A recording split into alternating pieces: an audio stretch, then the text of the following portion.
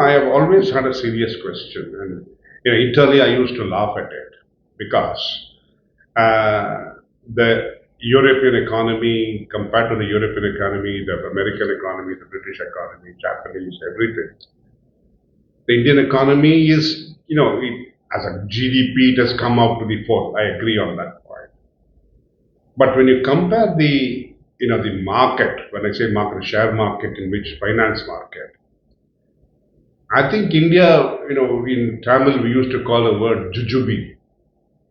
Is it that we are that small, or are we so well integrated with the world market, and that anything that shakes the world market is going to shake the Indian market? That is how the presentations are coming in all the finance newspapers. I feel that we are not that relevant in the financial world in the market. I would like to stand corrected. Okay, you have to go back to a bit of history on this because knowing your economic clout is always only in relative terms, like you also said, comparing one economy with the other. So, if we go back some 5,000 years, we were possibly 30-40% of the world economy. And prior to the Mughal invasion of India, we were at possibly 25-30% of the world economy. And prior to the British rule in India, we were still about 20-25% of the world economy. And when the British left us, we were at less than 1% of the world economy. So from there, we have possibly today come to 4.5-5% of the world economy. So would we ever go back to that 25-30%? It's a resounding no. Are we irrelevant today because we are so small? I don't think so, for the simple reason, like I said, our economy is insulated to a large extent from the world economy because we are self-sufficient in food.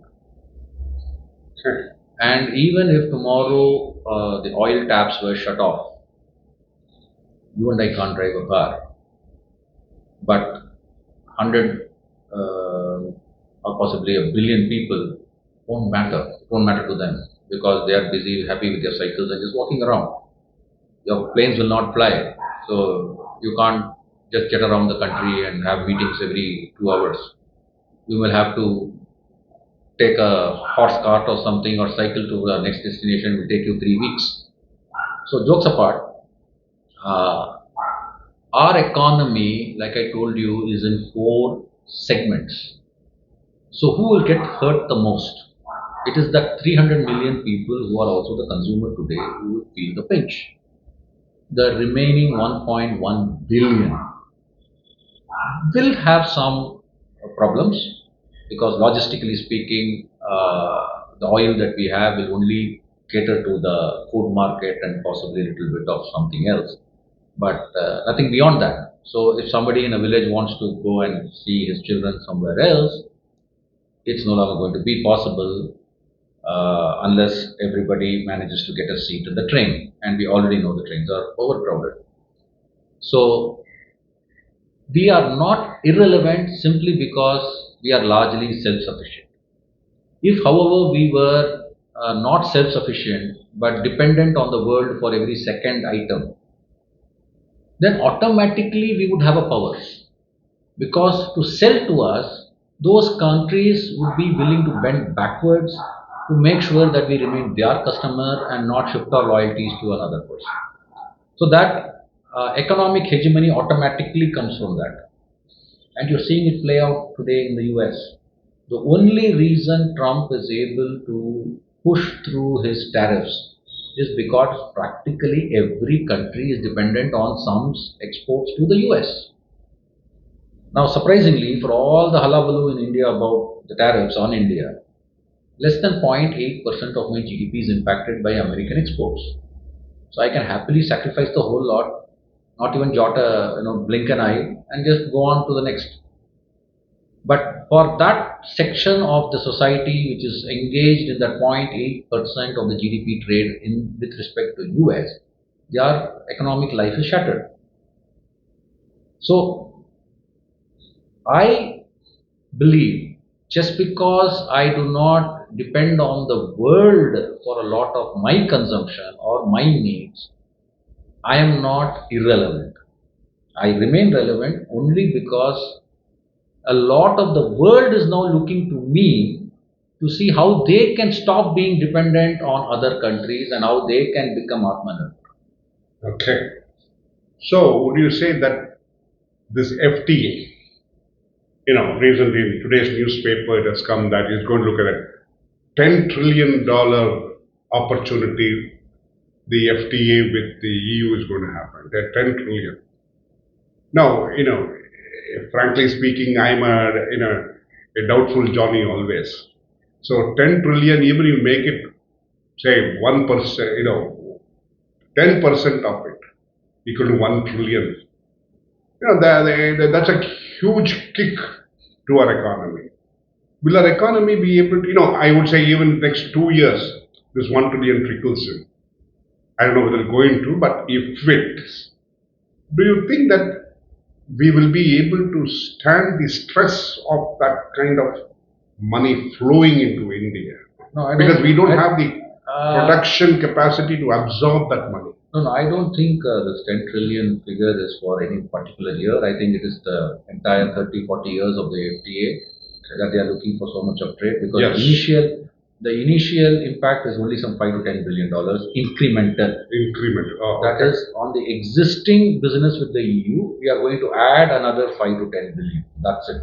So what they are expecting over the lifetime of the FTA may be $10 trillion, and that is nothing because when you look at the targets that India is set to achieve over the next 10, 20 years with respect to its own economy, this kind of figures would be surpassed way before even the FTA terms are over.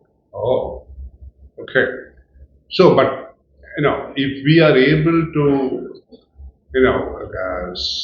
bring in that type of economy into India, that I would say that okay, during a burst, and we get $1 trillion in 3 years. Will the Indian economy be able to absorb the $300 billion? Is it possible? It is easily possible because Will the economy, the what do you call the financial crisis because the inflation, I don't know what's going to happen because of $300 billion. no, I don't think that's a big issue because if you look at what the government has done on the infrastructure space in the last 12 years, they have spent $4 trillion. 4 trillion, yeah, okay. So And 300 billion is not a very big amount. Okay. I mean, okay, Yeah. if you divide 4 trillion by 12, it comes to your 330 billion a year. Yes. So absorbing 300 billion additional in production, I don't think it's going to do much to the economy from the inflation point of view or anything because it is going into a direct productive asset which is going to largely export. Okay.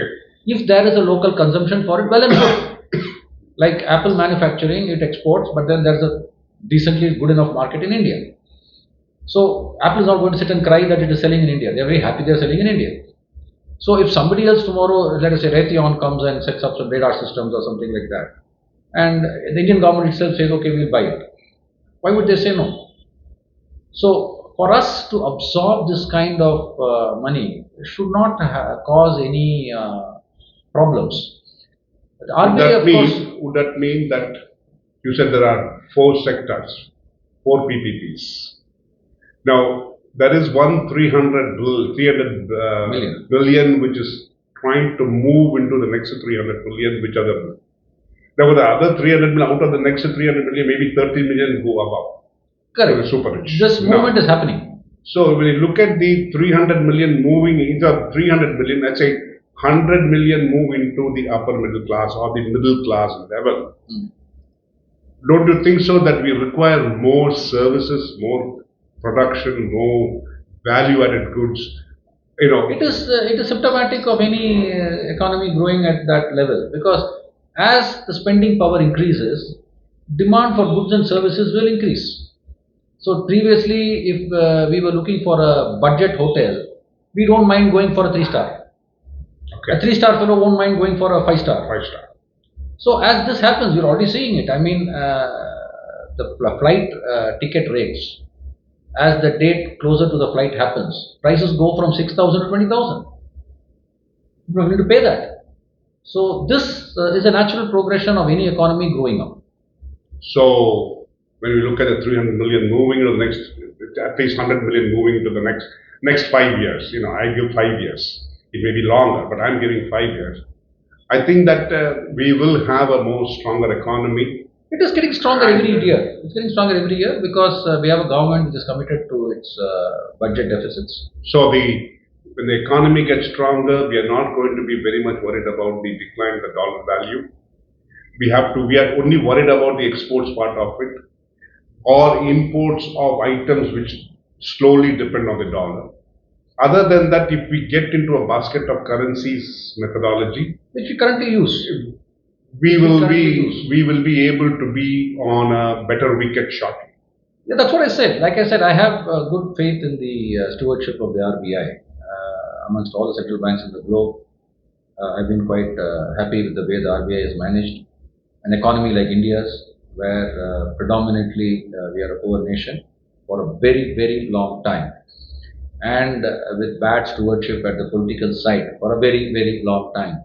So that they have managed this without us becoming a banana republic or a handout case like Pakistan. It shows you that people of metal have been sitting in the institution. There's a resilience within us exactly. to survive. Exactly. So I personally believe that we are in a right space. We are in the right direction. Of course, somebody would like to go in the fifth gear, and we may be going in the second gear. Can't do much about it. We are a democracy. Okay, thank you very much. It's been great impression talking to you. So I think we can get another session some other day. Thank you, CK. Okay, thank you. Bye.